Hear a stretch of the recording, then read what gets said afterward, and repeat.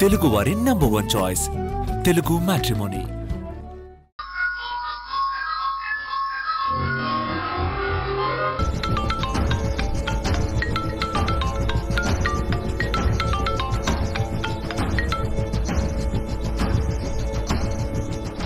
ఏంటండి, నేను చెప్పింది జరిగింది కదా, ఇప్పటికైనా నా మాట నమ్ముతారా? నేను నమ్మను. నా పెద్ద కోడలు తప్పు చెయ్యదు కాక చెయ్యదసలా. నువ్వు నిజంగా సింధువే. కావాలనే నన్ను ఏమారుస్తున్నావు. ఇప్పటికైనా నిజం ఒప్పుకో. అరే, మీరు అనుకుంటున్నట్టు నేను సింధుని కాదంటే వినరేంటి? సింధు అంటే మీ చిన్న కోడలే కదా. ఎందుకే నా దగ్గర నటిస్తావు? నేనేం నటించడం లేదు, నిజమే చెప్తున్నాను. ఆ సింధు కూడా మీ దగ్గర ఆ మధు ఎలాంటిదో అని నిరూపించడానికి ఎన్ని పాటలు పడిందో. అందుకే మీ దృష్టిలో ఆ సింధు ఒక విలన్లా కనిపిస్తుంది. ఆపవే నీ నాటకాలు. నీకు దమ్ముంటే నువ్వు సింధు కాదని నిరూపించు. అప్పుడు నేను నీ మాటలు నమ్ముతాను. ఏంటే మాట్లాడవు? సరే అయితే రేపు ఉదయం 11 గంటల కల్లా మీ ఇంటి దగ్గరున్న పార్క్కి నేను వస్తాను. మీరు రండి. అప్పుడు నేను ఎవరు ఏంటి అనేది మీరే చూద్దరు గాని, సరేనా? తప్పకుండా వస్తాను. ఉంటాను.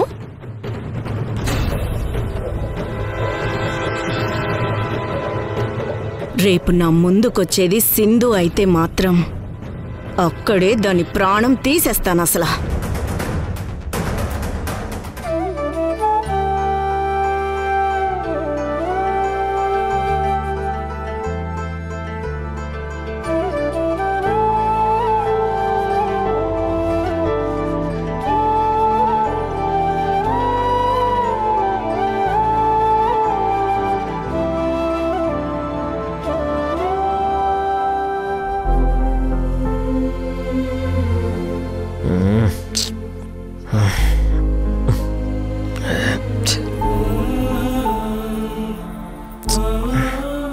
పాపం, వాడికి దోమలు కుడుతున్నట్టున్నాయి.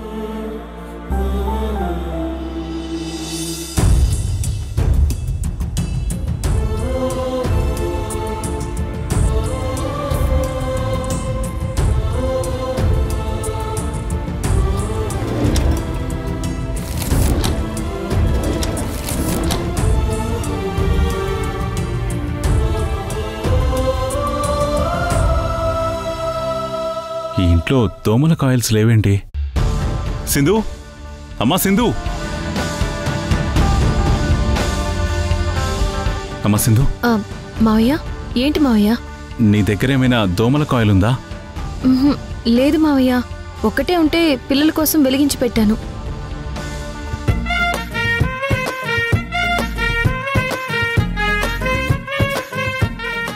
నీ దగ్గర కూడా లేదా? ఇప్పుడెలా? హాల్లో ఉండాలి. చూద్దాం పదండి మావయ్య. పద.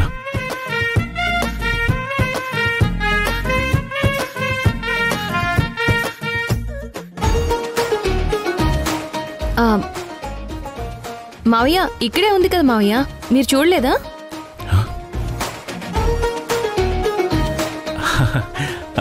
అది ఇంతకుముందు నేను చూసినప్పుడు ఇది ఇక్కడ లేదమ్మా. మరి ఇప్పుడు ఎలా వచ్చిందో? అప్పుడు మీరు సరిగ్గా చూసుండరు మావయ్య. ఇంతకు ముందు కూడా ఈ కాయిల్స్ ఇక్కడే ఉండుంటాయి. హడావిడిలో మర్చిపోయి ఉంటాను. మావయ్య, ఆ మస్కిటో కాయిల్స్ ఎవరికి? ఇంకెవరికమ్మా? నాకే.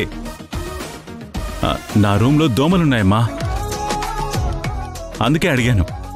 నువ్వు వెళ్ళి పడుకోపోమ్మా. వెళ్ళమ్మా.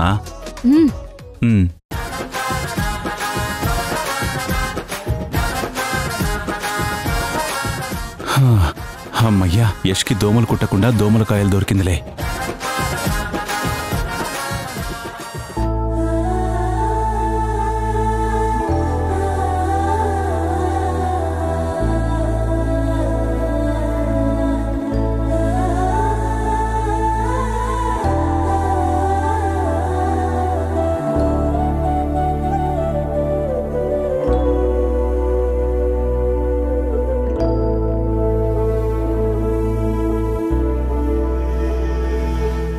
సింధుని భార్యగా ఒప్పుకుంటే నీకీ కష్టాలు బాధలు ఉండేవే కాదురా.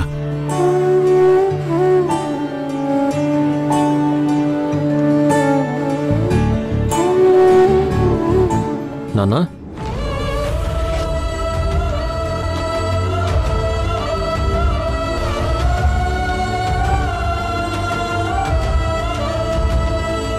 నాన్నా, నా మీద ఇంత ప్రేమ పెట్టుకుని ఎందుకు నాన్న నా మీద అసలు ప్రేమే లేనట్టుగా నటిస్తున్నావు?